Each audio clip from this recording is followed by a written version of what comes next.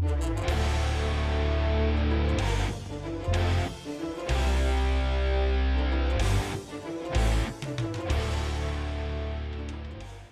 guys, welcome to Cinema Suitcase. I'm Welcome. Kevin. This is Logan. I'm going to try out an intro today for our upcoming Horror Month segment to celebrate October and Halloween and all of that.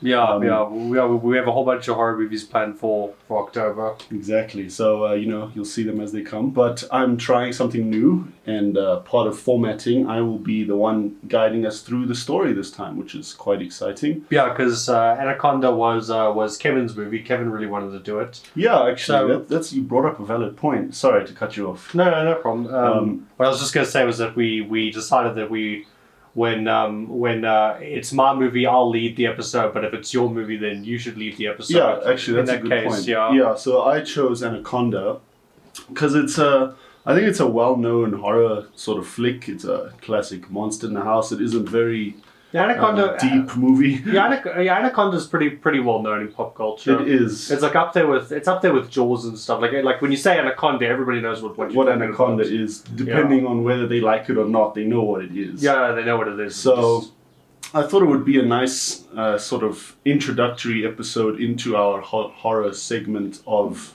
Halloween and October and all that.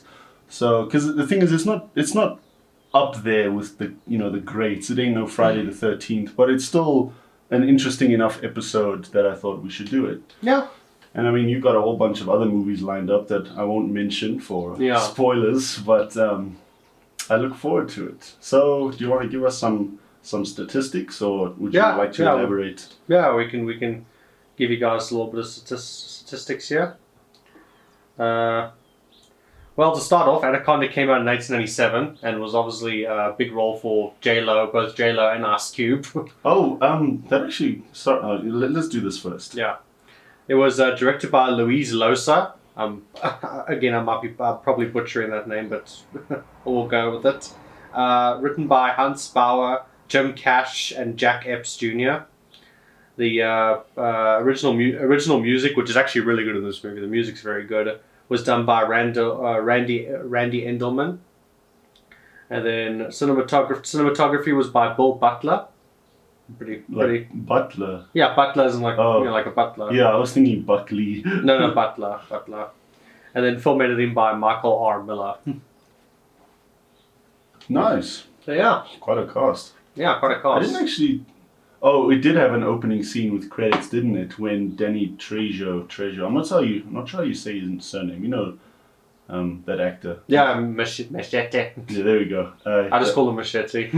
Like he appears in this Moofly. What is wrong with me? He appears in this movie briefly. There we go. That's what I wanted to say. He's basically in the opening scene.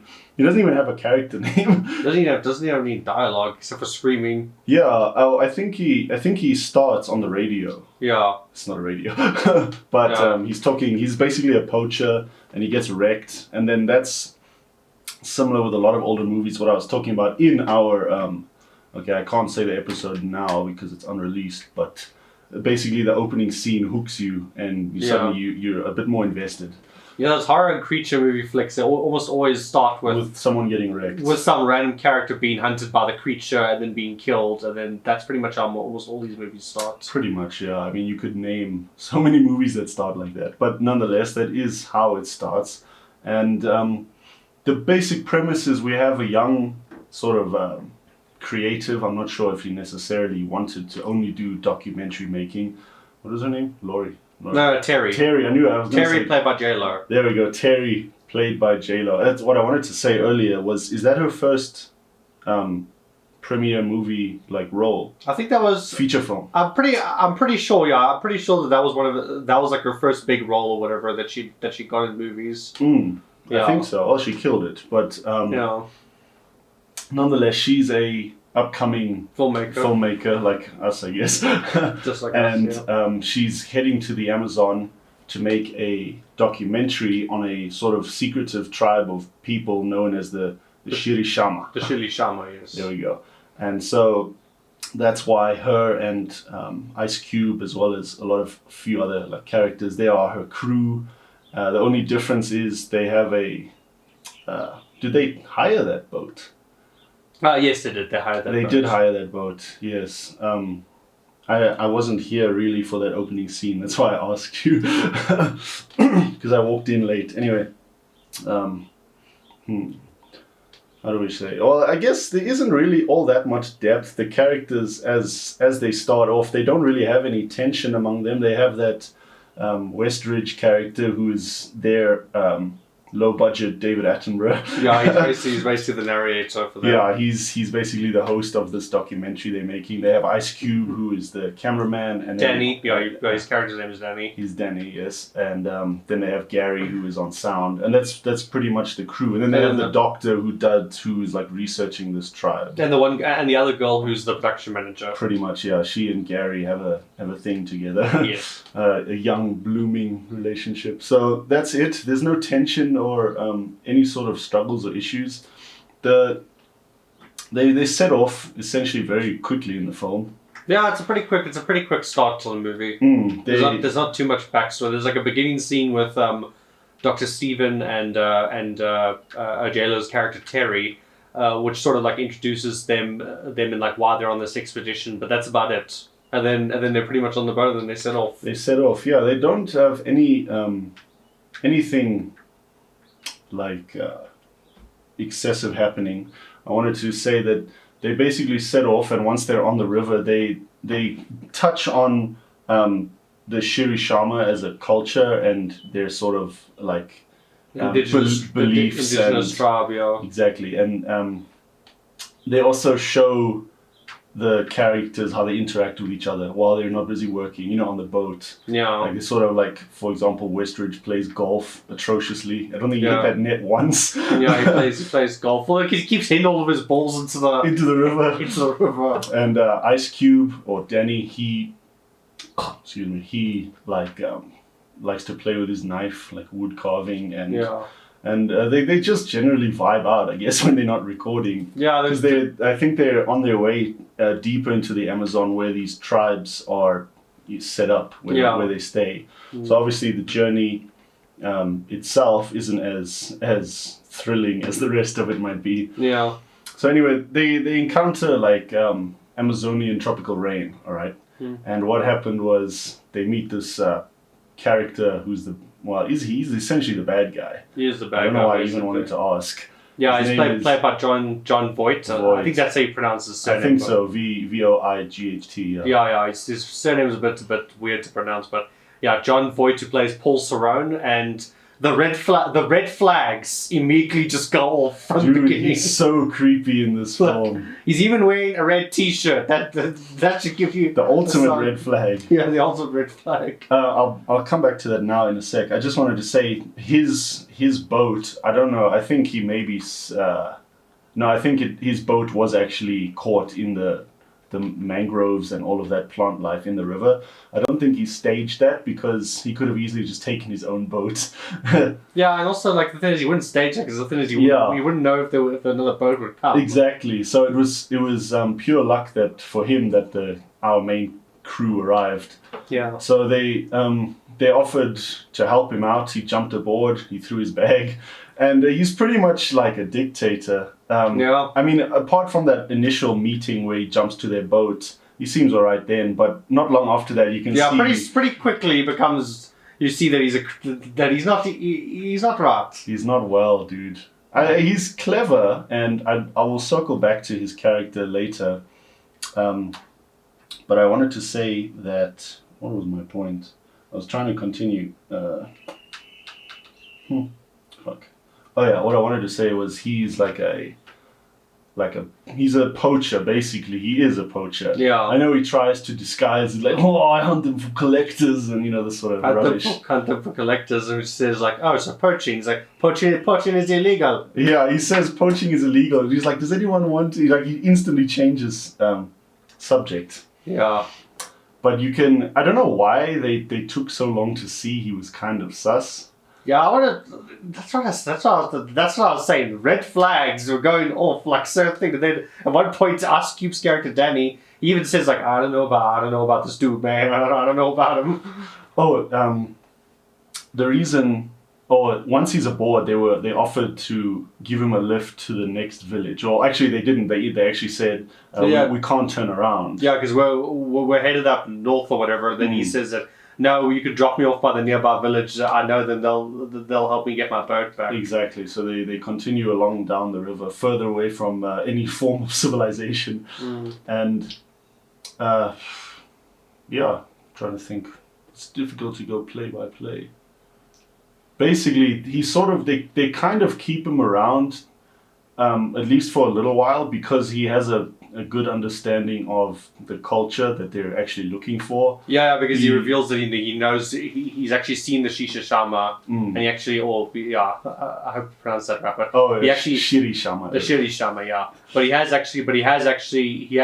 actually encountered the tribe in the past, and they basically keep him on because they want him to show them where he last saw them. Exactly, pretty much guide them to where their location is. Yeah. Location is where they're located. Yeah, and then pretty soon the ship gets the ship's going along and then it gets some some weeds or some vines stuck in the repeller, and then Dr. Stephen the main guy is obviously the leader of the expedition. He goes down into the thing to actually remove it, but then obviously he gets attacked. He gets some bugs in his mouth. Yeah, he gets that poisonous wasp. Wasp in his mouth. Breathing apparatus. There, which is, of course, he was a leader, so it makes sense that Paul, who ultimately, initially he probably just needed some help, but then afterwards he was like, no, I can actually manipulate these people and use them to his own nefarious advantage. But obviously he got rid of Dr. Stephen because Dr. Stephen was already starting to realize that he was talking nonsense, because he even says that he was talking about the myth of the Anaconda and how it was like a god, a protector of the jungle and everything, and he actually says that, and then Dr. Stephen was like, well, actually that actually is a myth of this other tribe in the area, but it's not the Shila Shama, and and then also he wants them to go down a specific route, but Dr. Stephen's like, nope, we're going down this route. So he's just like, okay, this guy's clearly the leader, I need to take him off the table. He does that pretty quickly because afterwards, I think Danny is only looking out for Terry. Terry? Yeah. It is Terry, right? Yeah, because they don't really mixing up with Rory. They don't really touch on it, but you can tell that the two of them have history. Yeah. They clearly, I think the two of them have worked together in the past, and they've probably known each other for years. So probably the thing is Danny and Terry, the two of them stick together the closest. Exactly, definitely. Out of all the characters, they're the strongest. And what's his name? The host. I just said his name earlier. Westridge. There we go. I want to say Hostridge. Westridge. He's sort of on his own. I mean, he's more upper class and formal, but he doesn't look down on anyone. He's just keeps to himself. Well, that's actually one thing that there's actually a lot of things about Westridge that I want to talk about later. But obviously we can. I don't know if you want to go straight into just things that we liked, or if you want to carry on with the play-by-play. No, I mean we can stop there as a first checkpoint. Basically how they've met the bad guy and he starts to dictate and sabotage them. So by all means. Okay, well, what I like about Westridge is that Westridge comes across as that very posh, very pencil pusher, kind of upper class, elite type of guy. Arrogant. And arrogance and everything. And then him and Danny actually clash quite a bit. Because there's one part where he's playing golf, we're trying to play golf, and then Danny's playing music. And then funny enough, the music that they're busy playing is actually one of Ice Cube's songs that he worked on back in the day. Which is great. I didn't know that. Hearing it now, you're completely right. But I didn't click in. Yeah, I didn't click on it either. But when I was watching it the other day with my one friend, he told me that because the thing is, Westridge keeps turning the music down, and then Danny keeps turning it back up, and then my one friend said that, oh no, yeah, it's very funny because they're turning that's Ice Cube's actual music that he worked on when he was younger. It makes sense. Listening back just from watching it last night, I can clearly hear his sort of rapper voice. In that track. It's his music, and then cool. which is pretty cool, and then and then basically, but what I like about it is that Westridge, he comes across as very pompous, and him and Danny, clash in the beginning. But after a while, the thing is, the two of them actually kind of get like a bromance sort of thing going. Like he teaches it, like Westridge teaches him how to actually drive the boat, and then like at one point they're actually like busy like reminiscing about they want to go back to civilization, to hot showers, and then like to LA traffic with cellular phones, and oh yeah, and he's like, oh, don't get me started. Yeah, he's like, don't start. I think they clashed initially because they were sort of getting on each other's nerves in terms of their free time. But when Paul starts to sort of take over and become a dictator, and they work together to stop him, that's actually when they all start to form a bond. Yeah, they come together because. Sorry, you finish. No. So, what I was just going to say, sort of just to end my point on Westridge, was that usually in a lot of these like horror movies, if you think back on movies like Jurassic Park or Aliens or any of these like monster movies where there's like some pencil pusher, pompous, elitist, aristocratic, upper class type of guy. Usually he dies, and usually the audience is happy that he's dead because he's a total jerk. But then in this movie, and now the thing is, okay, obviously spoilers, guys. Just if you haven't seen Anaconda, just click away now. But Westridge, does die in this movie, but when he actually dies, you actually feel bad for his death because you're actually like, oh no, he actually was a genuine person. Yeah, exactly. To add to that, I watched Anacondas years ago because, as I said, it was ETV's only movie apparently. Yeah, ETV loved to play Anaconda. So that was like their poster movie. It was, and so I watched it probably much younger than I should have. And when I rewatched it, my memory was very faded and I couldn't really remember it. So when Westridge died, I actually felt like bad. I won't lie. I clearly remember that because every time we get to that scene, you just start to like him. He's humorous. He's having interactions with the characters, and then he gets wrecked. And I'm like, oh, this. It hurts, Yeah. So I think you have a point there that. Yeah, it's the one movie where the pompous rich guy actually wasn't just a pompous rich guy. He actually was. He comes off like that in the beginning, but then. They sort of subvert your Okay, I know that's a bit of a pretentious term now with all the directors these days, but they basically subvert your expectations with that, where they make it feel like he's actually not that bad of a character. But he really wasn't. But no, that was a really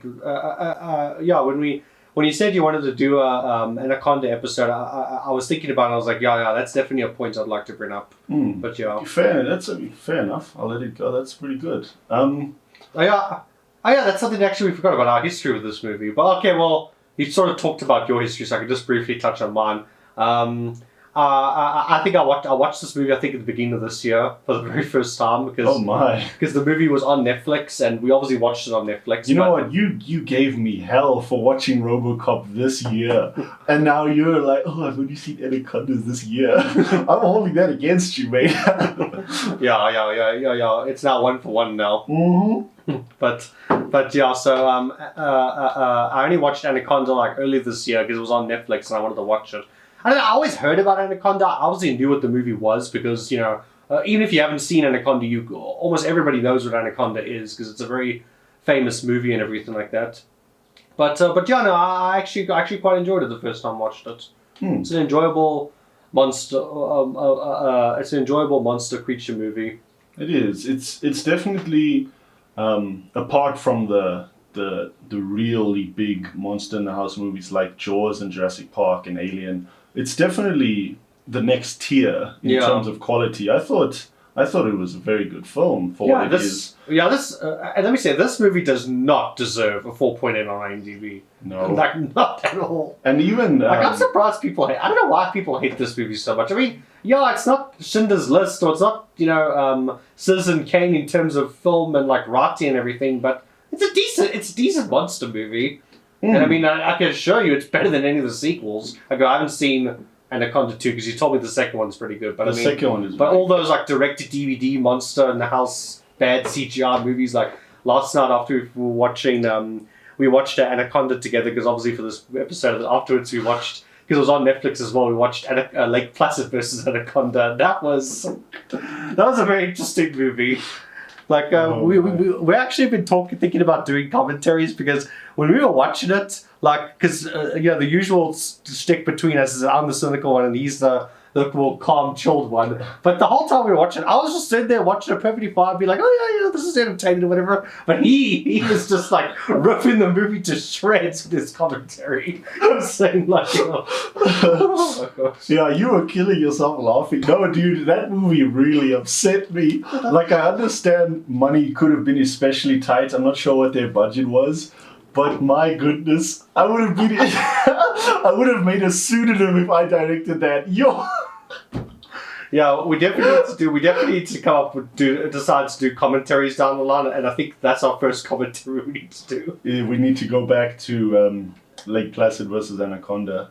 Yeah, or we could do Lake Placid too. Remember we were wanting to watch that. Maybe that could be a kickoff. Well, remember we said we wanted to do behind the scenes. We sort of were talking about we do Anaconda, we do Lake Placid, and then finally the crossover. Lake Placid versus Anaconda. Yeah, you have a point. Fair enough. I'll stick with what we suggested. But yeah. Oh, yeah, what were you gonna say? Jokey. Quickly before we continue down the plot, I wanted to say, I think each of the 5 or 6 characters we have on the boat before Paul arrives, just the crew. They each have their own little social circles they choose to stick to, or even by themselves, like Westridge. Yeah. But once they sort of share a common enemy, both Paul and the snakes, they come as a unit a lot more. Yeah. You see what I mean? They sort of share and talk to each other nicely compared to when they kept to themselves more before any problems. I thought that was quite nice. Mm-hmm. Like they had a genuine unification, because usually there's like a spanner in the works. There's just one dude that can't get along with anyone. Yeah. But I suppose that's Paul. But until he arrived, they all collectively lived in harmony. Well, that's the thing. You think Westridge would be the spanner in the works, the guy who couldn't get along with anyone. Yeah, they set him up for that. But like I said, they actually subvert your expectations and actually turn out that he's actually a genuine person. Mm. He's not a bad guy at all or anything like that. No, not by any means. But yeah, no. So should I continue down the plot. All right, cool. So they have this Paul Serrano. Paul Serrano. Was his name? Okay. Anyway, they have him on the boat, and he's already taken out. What you smiling about? No, I was just thinking of that. Anaconda, but yeah, please just continue. Okay. He takes out Dr. Stephen. Yeah. Who is their unofficial leader?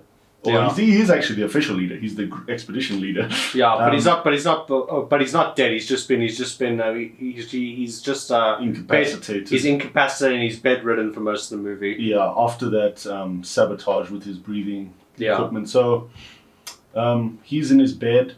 Paul has sort of assumed control now, and the excuse is he wants them to go down his original planned route to go look for the snakes, but his excuse is to get Dr. Stevens to any sort of hospital. Yeah, and J-Lo's character, she says that, this is the same route you wanted us to go down yesterday, and he says, yesterday for a different reason. Today it's to get Dr. Stevens to a hospital. And they don't believe it. So they kind of go with it anyway, because I think the group collectively still wants to help. Yeah, and they're trying to save 50 miles or whatever. Mm-hmm. But I think they trusted the boat driver as well, with that knowledge that, this actually will make our route much shorter. So I think they sort of reluctantly went along with it. Yeah, and that's when Danny's like, I'm not sure about this dude, man. Red flag, man, red flag. It's kind of sus. we even made me and our friend, when we watched it the other day, we made a joke, he's just like, he's red flag, man, red flag. He's even wearing a red shirt. I don't know how more direct it could be. Yeah, because I don't know, there's just so many red flags. Yeah, he really is creepy. Anyway, so now the goalposts change. They're no longer really, the Shirishama search is secondary to finding or getting help for Dr. Stevens. Yeah. And they come along to this barrier, which is what we were just talking about earlier. There's a barrier that the tribe built. It's sort of it's not very professional. Yeah, it's sort of a loose collection of debris. Of debris and wood and rope and everything like that. and they were talking about how, and then like Paul wants to just blow it up, but then J-Lo's character saying like, we're going to disrupt the ecological balance of the river and everything, or that wall is clearly built to keep something out, to keep something inside. We don't want to go in there, but they blow it up anyway. Out of interest, I just thought of it now, which I always seem to do whenever we just discuss anything. Yeah. Do you think, because in the legend of the tribe, when you find that large wall, you follow it for 5 days. Do you think that's part of that wall, and their myth was just overly exaggerated? Because I don't understand the purpose of that barrier, unless just looking at the design of it, it was actually a bridge. It wasn't a barrier at all.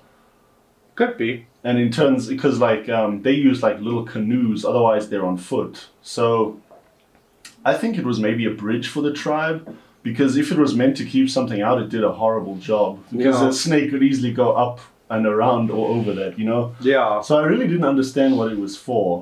But I think that was a necessary plot point so that they could lose their fuel barrels. Yeah, because obviously they blow it up and then the debris hits onto their barrels, and then most of their barrels roll off the thing and go into the water. And we mentioned our first plot hole of the movie is that those barrels would literally just be floating on top of the water. They wouldn't sink to the bottom. No, I mean maybe they sink. I don't know. I want to do more physics research there, but I argued they would generally float. Yeah, they would float because the only way something can sink is it has to be heavier than the water that is holding it up. That's how physics works. That's why ships float. It has to be heavier in order to replace that water. So I mean, it's fuel, so I guess maybe it's sunk, but maybe.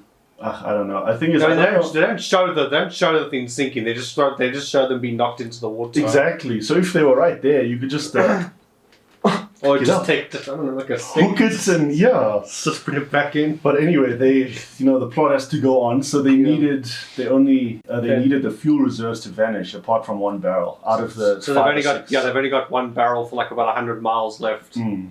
Which is not very far in terms of meandering rivers. It ain't that far. Yeah. So, but also that brings up something else we were just talking about earlier, and I said to you, I thought about it yesterday, which is Paul's reasoning for basically commandeering their little raft. Their vessel, not a raft. Their vessel. Is he wants to capture an adult anaconda because he's a poacher and sell it off, for money, as most of these bad guys generally do. And there are all sorts of snakes rain onto the boat after this bridge goes. Well, that's actually what we were talking about earlier, because we were looking up trivia for this movie, and like the thing is, commonly a lot of poachers, they won't steal the adult, they won't capture the adult anacondas because it's obviously just too dangerous and it's too complicated. It's very powerful. They'll just wait for mating season.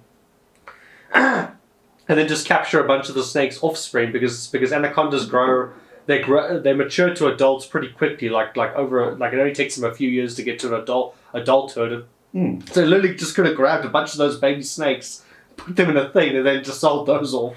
He could have avoided the headache altogether if he had just captured them while they're very young and sold them while they're very young.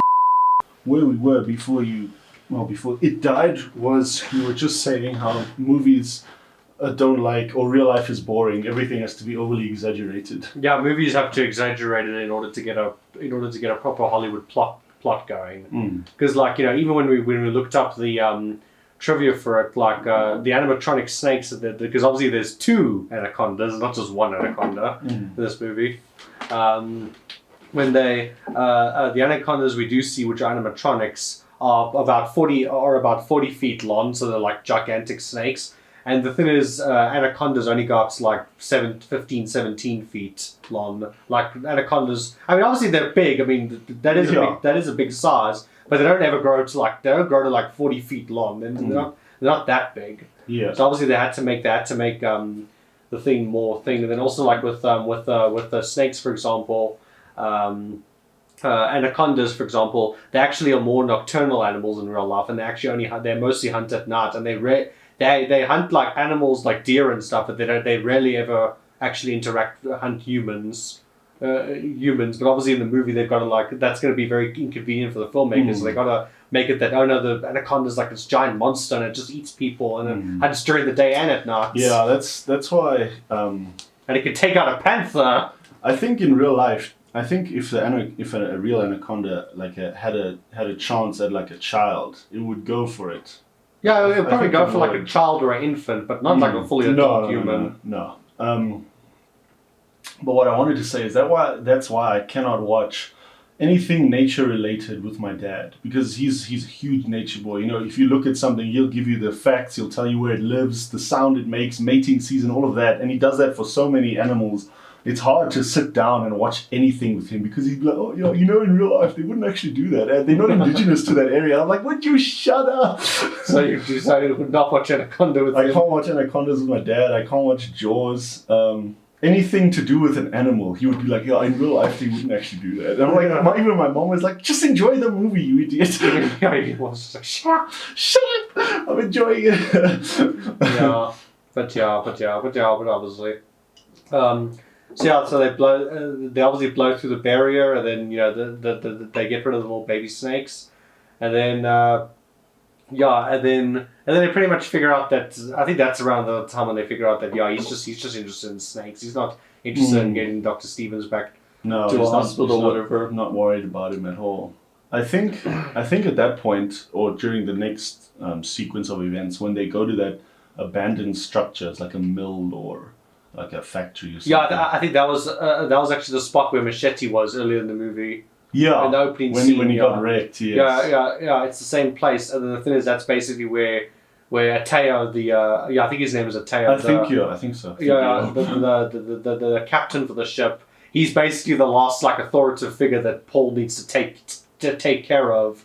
Except Ateo, he actually dies in this movie. He gets killed by one of the anacondas. He's basically the last authoritative figure that Paul could take out, and then now he can completely take control of the ship. Exactly, and I think I thought Mateo was, or Mateo, I think it's Mateo, whatever. I think he was in on with taking control of the ship. I think he was like sort of inside. He comes across as he was definitely willing to change sides. Yeah, he seems like that kind of dude. But either way, he got wrecked too soon to tell.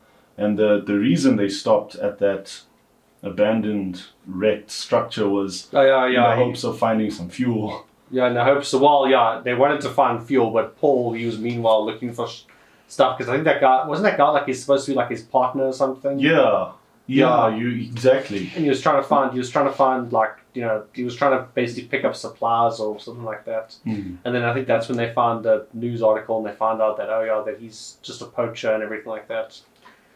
But and then he's able to manipulate Gary, played by Owen Wilson. Wow. Yeah, you always forget that Owen Wilson was actually in this movie. Yeah, dude, it's a very young role for all of them. Yeah. And sometimes you even watch it and you're like, oh yeah, J-Lo is in this film. Well, I don't know, you kind of always know that J-Lo and Ice Cube are in it, but you actually forget that Owen Wilson is in it. Owen Wilson is it, because we watched it the other day with my friend. My friend, obviously, he watched it like when he was much younger, so he's obviously watched the movie many more times than I have, but he hadn't watched it in a very long time, so when we watched it the other day on Netflix together, he was like, oh yeah, Owen Wilson's in this movie, I actually forgot. He was overjoyed. He was like, oh yes, Owen Wilson. Yeah. But I know Gary's a bit, I don't know, he gets manipulated pretty easily. And he's just like, you guys need to open your eyes. And he goes on the whole tirade. Oh yeah, when he was manipulated and he changed sides. Yeah. I think he was quite a cool character. Like, I don't think it was like in his heart to switch sides. I think he's more of a good guy, but he kind of saw like, hey, some cash. Maybe he did it. Maybe he went along with him to buy time, for everyone as an example. I know I'm grasping at straws, but I don't know. I think it's more like just greed took over. Probably. Because afterwards, because in that nut scene when they're waiting for the anaconda or whatever to grab onto the fishing line or whatever. There's that moment where they're all just sitting there in silence, and then there's a part where Gary he actually looks over at I can't remember her name, but the one girl that was basically like his girlfriend. Denise, I think her name is. I think her name's Denise, the production manager lady. The two of them sort of like share this look, and then he sort of like looks down in shame because I think he kind of almost regrets his decision. Exactly. I just wanted to come back to the story. I think once Matteo gets wrecked, and they get back to the boat with that chest with the snake skin in it. Yeah. I think that's when everyone, that's pretty much when they all work out. Okay, this guy is just a bad guy. He's after these snakes. He comes out, as it were. Yeah. That he's not worried about them or their safety. He's just trying to get this snake, and he uses that chance to also try swindle them into doing his bidding with him. Yeah. And he gets to Gary. Yeah. Because I mean he's driven largely by instinct and money here.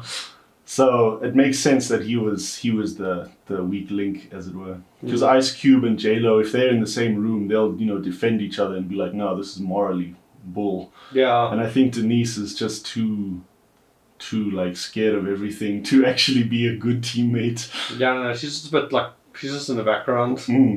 So that's when they all like, all right, cool, we're gonna go and try and tame the snake. At least that's what Paul has done with Gary, because he has that weapon to sort of keep everyone in check. And they shoot that monkey to use as bait. Yeah. Not sure what the species of monkey. My dad will tell you, don't worry. Yeah. But right before then, the jungle is like, it's going crazy. There's warning calls from every type of animal you can imagine. Yeah. Which is great because it's sort of, even though it's never stated, you kind of get the idea the snake is with them. It's like following them along either. It was probably on the riverbank if the animals were calling about it. Yeah. Because cool. The Anaconda is mostly a water-based snake. Well, in the film, yeah. You're right, actually. Yeah, in real life, it actually mostly sticks to it mostly lives inside rivers and stuff like that. It rarely ever actually comes onto land. I think it's like semi-aquatic, like it. It's a semi-aquatic snake. But when I was reading up about facts about anacondas, they do mostly stay in the water. But they are semi-aquatic. While we're there, can I ask you what you think about the design of the anaconda? I think the design's pretty cool. I quite like how massive the snake is, because obviously, like we said, for Hollywood you have to dramatize it. So I think for a size it's pretty cool. It's definitely a very monstrous snake, especially when the snake first pops its head out and they're trying to take it everyone's just taken aback at the size of this thing. This seems like a monster. It seems like a monster from another dimension. Another dimension. It's I wanted to say the wrong name. I wanted to say Cerberus. It's like Medusa type length. Yeah, exactly. Okay, that's cool. I appreciate your honesty. And I just wanted to say, when the snake appeared, that there was only one thing that was going through my mind. My anaconda. Yeah, dude. I know. I make it a joke to fire you every episode, but I'm starting to consider it. You dare break into that song again? No. Yeah. As a little side story. When me and Kevin were in film together, we had film theory, and then we were studying feminism in film. And then our lecturer made us watch. He made us watch a few different music videos to sort of see how Hollywood portrays women. And then one of them was the Anaconda music video by Nicki Minaj, and we had to watch that music video 4 times, and every single time we just wanted to kill ourselves. I think it was also just so bad.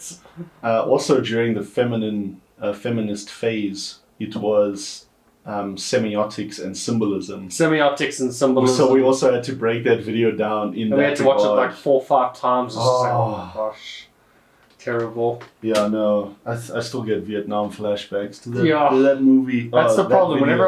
Whenever I hear the word Anaconda, I think of both Anaconda the movie and that damn stupid song. It's atrocious, man. Yeah, it's a terrible song. No better 12-year-old role model. Yeah. What was I talking about? I was talking about the creature design. I wanted to say that To me, if you look at genuine creature design, like actual snakes, their eyes are more located on the sides more than in front, like the main animatronic anacondas. Yeah, that's actually changed the snake's eyes because like the eyes are like more like on the sides of the snake's head, but that to make it more in the front so that it would look more menacing. I was gonna say I think they did that because predatory creatures, their eyes look forward, while herbivorous animals tend to have outward-looking eyes. So I think that design choice was on purpose. Not only, okay, maybe it wasn't on purpose. Maybe they couldn't get the eyes on the sides, but having it in front is really alienating that snake, because that's what predatory creatures do. They have forward-facing eyes. Yeah, I mean, obviously it's meant to make the creature look more menacing, but it was a good design choice. It was a good design choice. I think even if it was accidental, it came into play nicely. Yeah. So I'll give them that. I wasn't a huge fan of the design, but if I look at it from that aspect of predatory vision, I give it a slide. The only thing I didn't really agree with, and I'll admit I only saw it during the final fight, is with the nest of young anacondas. Yeah. Or I assume they're anacondas. and the animatronic anaconda, their designs are not the same in terms of pattern, not even by color at all. And I'm just like, And the thing is, they actually explain in the second movie, in Hunt for the Blood Orchid, why those snakes are so big. It's actually cool. Oh. So yeah, you should go give it a look. Yeah, I definitely want to give it a watch. I have the DVD if you'd like to borrow it. Yeah, sure. It's flippin' phenomenal. That's why I think the first two films are very good. The straight to DVD, Lake Placid type No. But Kevin, Anaconda 3 has David Hasselhoff in it. Please leave. It has, Knight Rider in it. Yeah, I know David Hasselhoff. The Hoff, but even he tries his best in that movie. Oh god, dude! It looks like if you ever make a mistake in editing and something disastrous happens when your footage gets like warped and distorted. Yeah. It looks like that's what their CGI looks like, except they didn't fix it. They were like, it's fine. It's like 2D and Yeah, it's terrible. So yeah, if you ever want that sub series we were talking about, where we just complain about those kind of movies, and I rant, you watch Anacondas with me. Yeah, we could definitely watch that. Yeah, because I've only seen the first Anaconda, and the only sequel to the Anaconda series that I've watched is Lake Placid versus Anaconda. So I haven't seen. So the bar is set low. Yeah. Believe me, the second Anacondas is still a very good film to me in terms of. Overall quality, it's not a straight to DVD CGI type thing. Yeah. Anyway, we went off topic. So they, in an attempt to catch this snake, because they even, I don't know if they mentioned it, I don't recall, but in the film or in real life, if a snake is under threat, it throws up whatever it chowed because it takes a very long time to digest. So obviously then it's not as lethargic, it can defend itself. Yeah. And it does that with the monkey.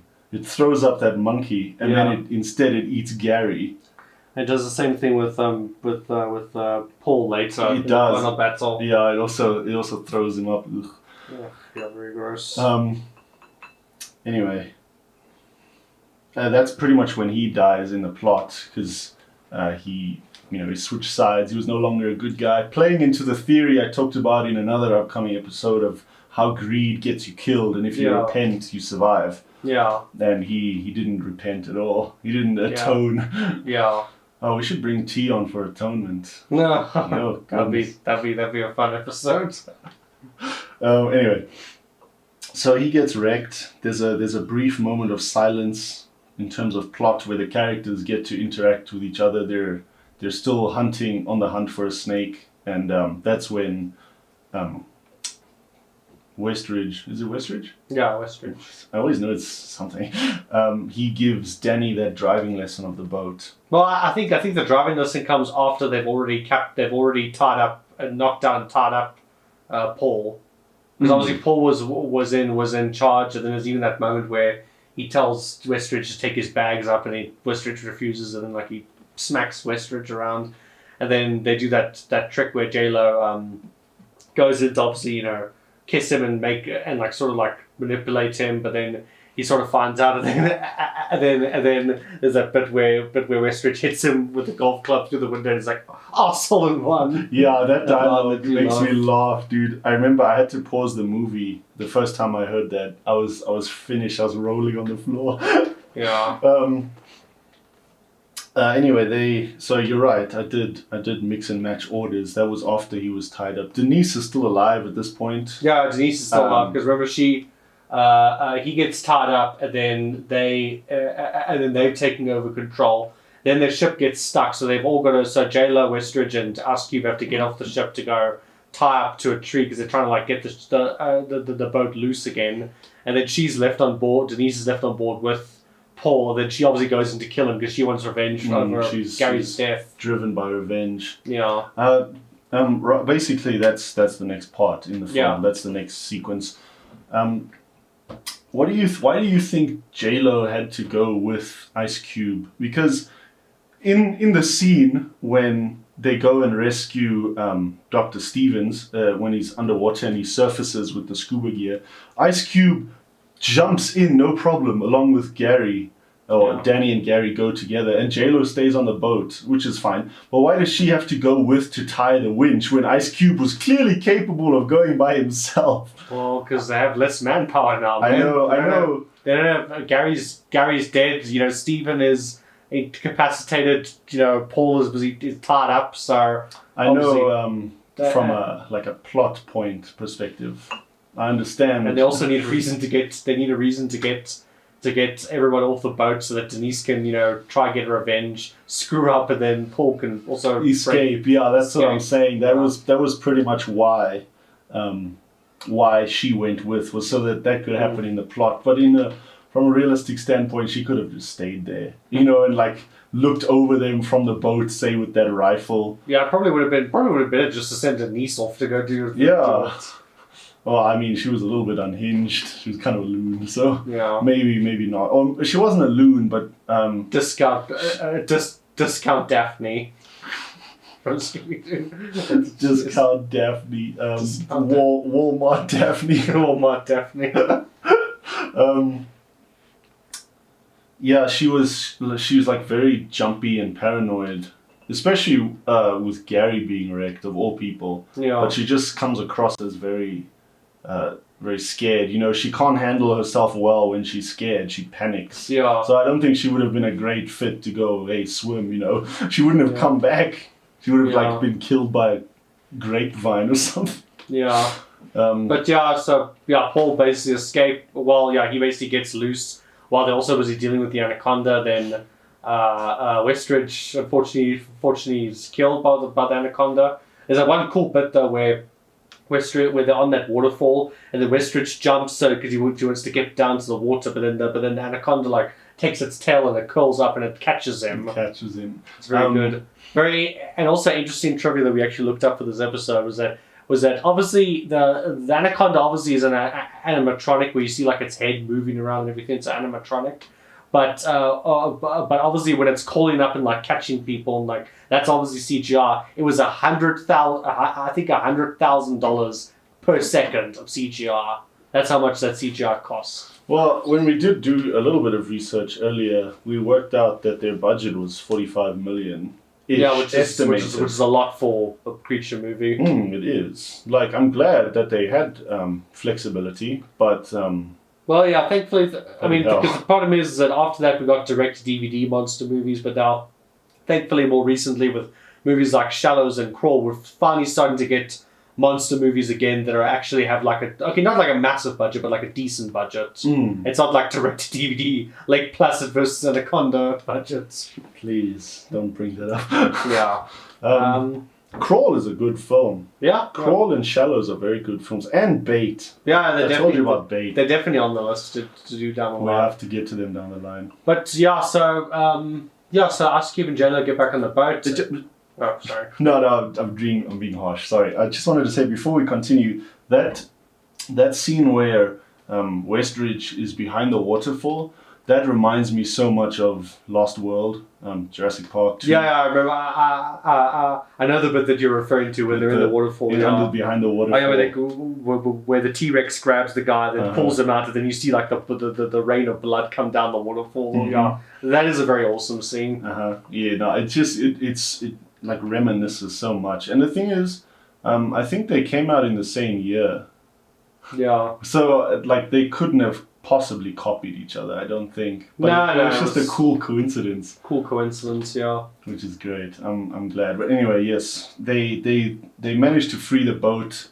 Paul escapes because he overpowers Denise because she's so daft. And then they get into a struggle. And then Steven actually gets up out of thing. Then he actually manages to hit. He manages to stab Paul in the back with the tranquilizer dart. Yeah, so he's sort of knocked out for a while. Yeah. And he collapses into the water, and then that's pretty much. He does collapse because the dart he does out. falls in the water. Then and then you see the dart came out, and you see the dart floating. You don't see Paul, so you're just like, oh yeah, this guy's coming back. Yep. Much to my dismay. I like him. His body language. I was watching like a brief study of Negan from Walking Dead. Yeah. That one. Yeah. Why he seems to be such a like dominant character is his use of body language. He gets in your face, like he invades your personal space, which I think Paul does for a lot of people, especially once he's taken over. But he also maintains eye contact. Yeah. Constantly. He never blinks. Like the second half, when I started paying attention and I made that connection, he never blinked in that film ever. That's part of his like controlling demeanor is he's constantly looking at you, which is I thought was epic. Yeah, I think that's the thing is, because I remember I told you I had a gripe with this movie. It's not really. The thing is, it's not really a gripe. Like it's a pro for the movie, but it's also something. I think it's more just for me personally. Like John Voight is very good in this movie. Like he's fantastic actor. He's a fantastic actor, and he really plays this role very well. And it's very different compared to other movies that I've seen. Because I've seen him he's been in a lot of movies over the years, but this is like a very different role for him to do, and like how he does those creepy looks, like. Yeah, he always has those slanted eyes. And those like weird smiles and everything. It's like very creepy. It is. Like he's like got such like major creep factor, like red flags going off to 10 times. But I think also the thing about him, it does help because it does show how good of a villain how good he played a villain in this movie. But it's also the thing of like every time I watch Anaconda, I'm always just like, oh, because the problem is he gets under my skin when I'm watching this movie. Like every time I've seen this movie like 3 or 4 times at this point. I've seen it like a bunch of times this year, and every time I watch it, he always gets under my skin. Like, just get under my skin. Like, I just want him to go away. Is it why? Is it because he's like creepy, or because of how he talks, or? He's creepy, and just like he's just that bad guy that gets under your skin, and you just want him to die or just go away or whatever. So, yeah. I mean, obviously, it shows the acting prowess of John Voight that he just played this role very well, and he is a very good bad guy. I will attest to that. But yeah, I think that's just my one thing with this movie is that he always just gets under my skin. Yeah, he does come across as really creepy. He portrays it very creepy. And he's just one of those villains where it's not like a villain like Negan or like the Joker, or like what we recently spoke with Clarence. Not Clav. We made the mistake of calling him Clav, but it's actually Clarence. Clarence Bodlicker from RoboCop, where like he's very like charismatic. And even though he gets under your skin and you know that he's a bad guy, you still have a smile when you see him because he's a fun bad guy to have. He's just one of those. But with me, Paul is not one of them. He's not a bad guy that I smile when he's on screen. When I smile, when I see him, I just want to murder him. He's like that type of villain. He's like the villain I just want to see die horrifically. Yeah, like Jeffrey Dean, who plays Negan, he said, you've played a villain well when the audience both loves him and hates him. Yeah. Them. So I think that's very valid because I like Paul as a villain.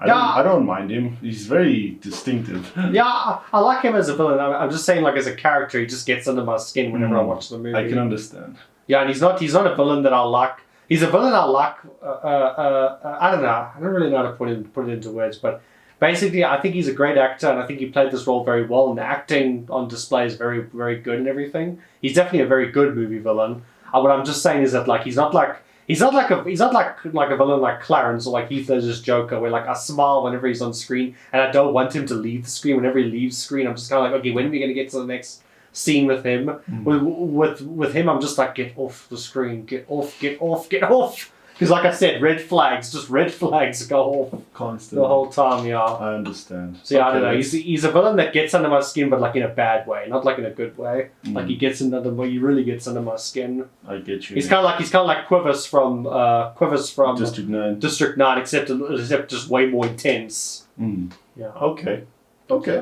That's an interesting like argument you brought forward.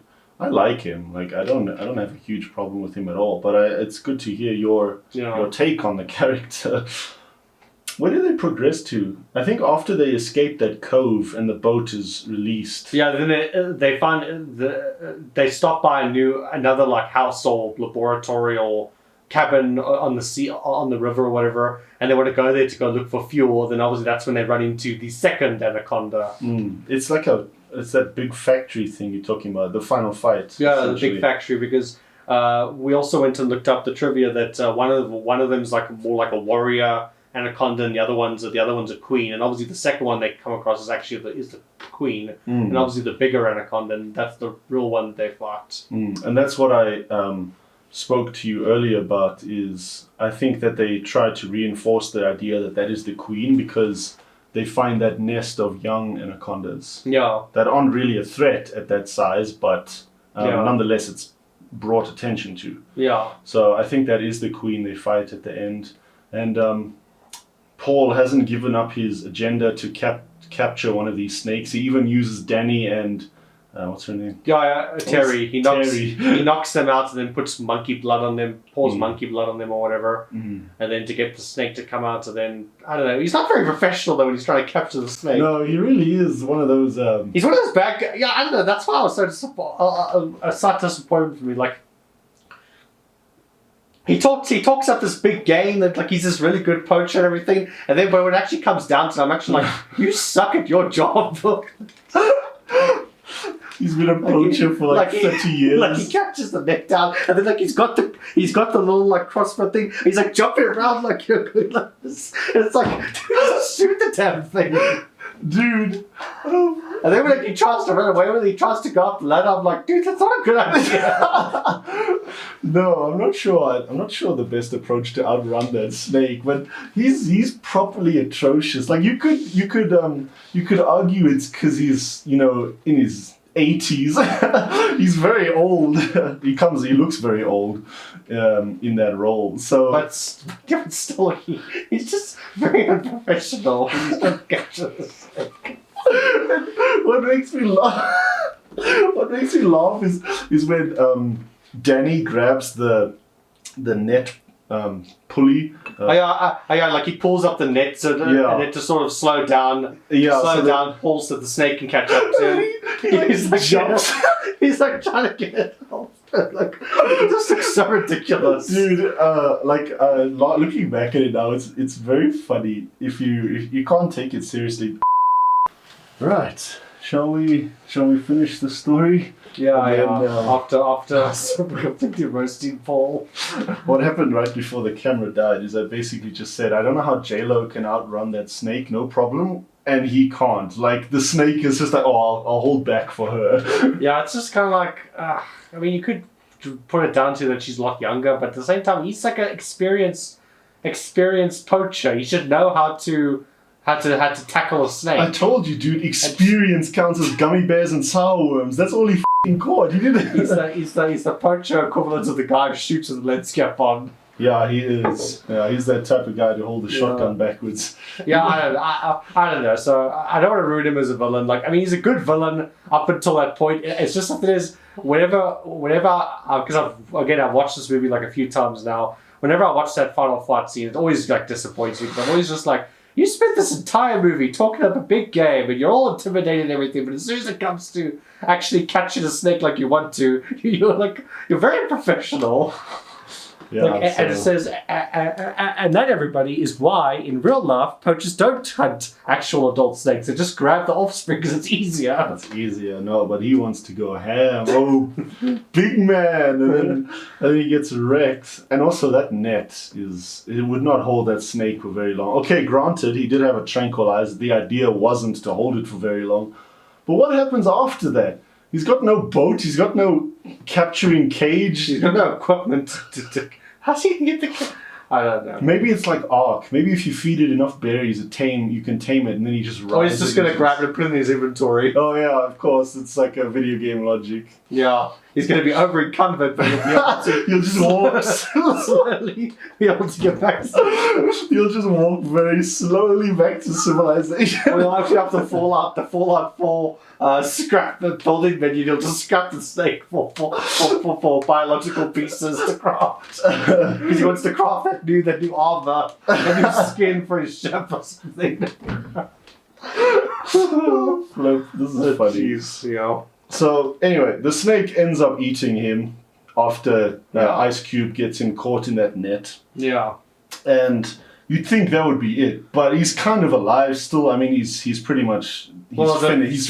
The snake hasn't fully digested him yet. Exactly, he's finished. But I think also because the snake's obviously chasing J Lo, but it's been slowed down. So that's why it spits out Paul, because it needs to get faster. That's what I was saying. It's pretty much a defensive mecism where they upchuck their food, but it's also like a bit of shock value. Yeah, it's great. And then it falls onto her, and then Paul, his face, his just half digested face goes into her chest, and it's very gross. And she freaks out, and then he winks at her. Even though he's dead, he's still go out with an explosion. And I'm like, dude, you just lost in the most epic way. You have no right to do this whole go in the epic fashion. Okay, you lost all your respect. Yeah, he did. In that final fight. He did. So I lost my respect for him at that point. Yeah. But at that point, I'm just you're not as serious. I'm not taking you seriously anymore.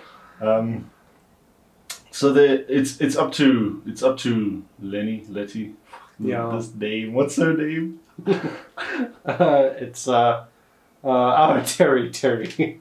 I was gonna say Lenny. I don't know where you got Lenny from. I don't know what's wrong with me and Terry. I can't get her name right. But Terry and Danny, they have to deal with this snake. I think it's also because, I don't know. Okay, I haven't met a lot of Terry. You know why? Why? Okay, sorry. So sorry, I was just going to say, I haven't met a lot of Terrys in my life, but from what I understand, Terry's generally a guy name. That's something you call a boy or whatever. Generally. It's not a common girl's name. Yeah. You know why? I keep thinking J-Lo looks a lot like Letty in this movie from Fast and Furious. I keep wanting to call her Letty, that's why. From Fast and Furious. So I have no idea who that is. Michelle Rodriguez. Michelle Rodriguez character. Her name is Letty. If you say Michelle Rodriguez, then I know who you're talking about. But Letty, I'm just like, ooh. Dude, anyway, it's up to them to fight the snake. Basically, they find some fuel, and Ice Cube uses a bit of it to blow up the snake in this chimney shaft. But J-Lo climbs up the chimney, and then the snake obviously follows after. Then he puts down the axe on its tail to obviously keep it in place. And then he puts he gets the fuel and he throws down the match and he blows it up. Yeah, basically. And she ends up hanging on the outside because there's that rope there for whatever. And then she falls down. Exactly, but she when the explosion goes off, she just lets go. She doesn't kick off or anything. So she would have just ended up splat on the ground there because they even have a shot. And the water is not exactly directly below. It's a fair ways away. So if she didn't kick off, she would have just on the ground. But she landed in the water.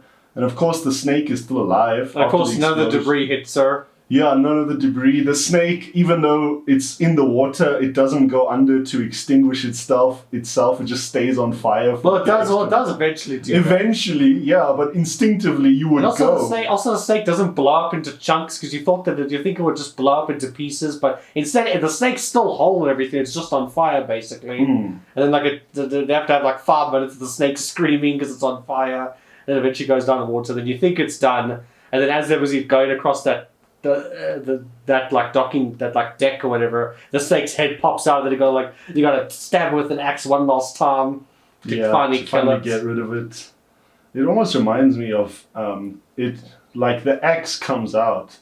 The shot almost reminds me of when Paul vanishes in the water, the dart comes out. It reminds me of that. I don't know if there was meant to be a parallel connection drawn there, but it would be kind of cool because the snakes are obviously in the second movie as well. Yeah. So maybe it survived. Yeah. Maybe. Well, obviously, I mean, there's not just one snake in the entire world. There's obviously a bunch of snakes and everything, but. Not true. I just thought of it now. It's very, very shallow theory, but still. Yeah.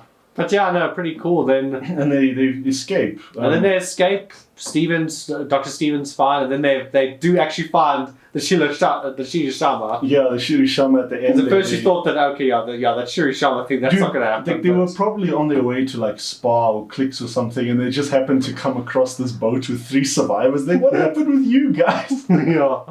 But one thing I really have to give this movie props for is soundtrack. Yeah, the soundtrack is phenomenal. Especially the main theme. The main theme especially, yes. Across the board, all the music is good. I try to not only pay attention to the main theme, but music in general in that film. It's all very, very good. Well, this is back when a lot of films often, even the most basic monster movie had its own score. Because now these days movies don't have much scores, because now they'd rather just throw in popular pop songs or whatever into the movie rather than give the movie its own unique score. Except for Fast and Furious is the most popular example of making a score for a movie. They have genuine artists come together and make an album for it, but it's not.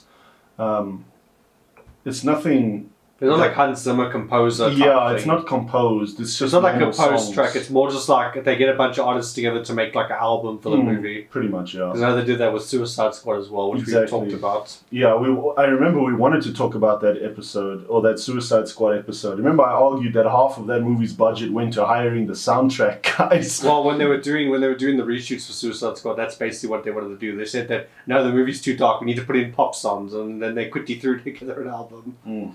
I think the album was more successful than the movie. Basically. The movie did pretty well at the box office. Yeah, it did well, but I think in terms of lasting impact, the album is still listened to today, but no one watches the movie much anymore. Yeah. Anyway, we went off a bit of topic. But what did I drink? But the score specifically for this film is phenomenal. It has that sort of percussion reed instrument, flute type instrument. Yeah, it's it sounds very tribal, and it's also supposed to symbolize the jungle and the Amazon and everything. No, it's a beautiful track. It is. I love the track in this movie. I actually saw someone play an instrument like that, a reed flute. Oh, it was good, dude. He was selling albums, and I met him. I was like, that's cool. I met him in Durban. Anyway, I think that was pretty much after they blow up the snake and they axe it one last time in the head. They get the remaining fuel that Danny didn't use to blow up the snake, and they leave the Amazon. Oh, and they find the Shirishama. So I imagine find the Shirishama, then that's how they end it. I imagine they got a little bit of footage.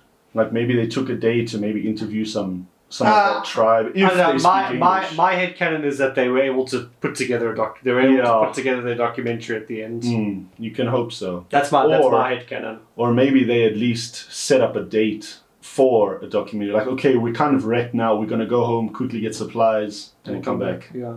I'm hoping that's what it was for. But yeah. So I think that's pretty much the film as a whole. I think at this point we basically go on to shots we really enjoyed. There's not really much shots that we really liked in this movie, except I just really liked a lot of the shots of the Amazon, especially a lot of the shots they get at the sunset. Especially there's that one shot where obviously when they get the trunk and then Paul takes out the old Anaconda skin and he throws it on the floor, then that's when he reveals that it's all about the snakes and everything. The shot of him, actually, there's a shot of him, and then in the backdrop you get the sunsets and everything. That's a very beautiful shot. Beautiful wide shot. Nice, beautiful wide shots. They get a lot of, I don't know if you can really constitute it as B-roll, but they have a lot of outside perspective of the boat moving through the Amazon. They always have shots from the bank of the boat along the river. Yeah, lots of very good B-roll. You could almost say that's basically the jungle looking at them, you know, because there's a lot of wildlife all around them. Yeah, it's a very good movie. And I think one of my favorite shots is both behind the waterfall, that sequence with Westridge, but also there's a scene where he's driving the boat and he has like this green light on his face. It comes through like a slit. Yeah. And that's a cool shot. And the same happens with J-Lo when she's sleeping in that chair and she wakes up and then our friendly neighborhood creep is looking at her. Yeah, like red flag number 2884. There we go. She has like sun coming through the slits as well on her face. I thought it was cool. Yeah. Other than that, I don't know, there aren't really that many standout shots, but I think that their use of the environment around them is their strongest point in terms of cinematography. And the fact that they actually shot this in the Amazon in Brazil, in itself, it definitely allows for some really beautiful shots and everything. Like, yeah, I mean, none of the shots really like stand out. It's not like Blade Runner 2049 in terms of shots and cinematography and everything, but the cinematography that they do have is very good. You know, it's very good. It's decent. It's very good. It's very good shots, and yeah, I overall enjoy the look of this movie. I think so. Yeah. I would argue that too. And then I'd like to bring up that one flaw that you put up with the waterfall. Oh yes, the waterfall. Yeah. They were hoping, because I think what happened is they didn't get a shot of the ship leaving that cove bay thing. So they were like, they just reversed the clip of them driving in to make it look like they were driving out, and the waterfall is going up. The water's going back up.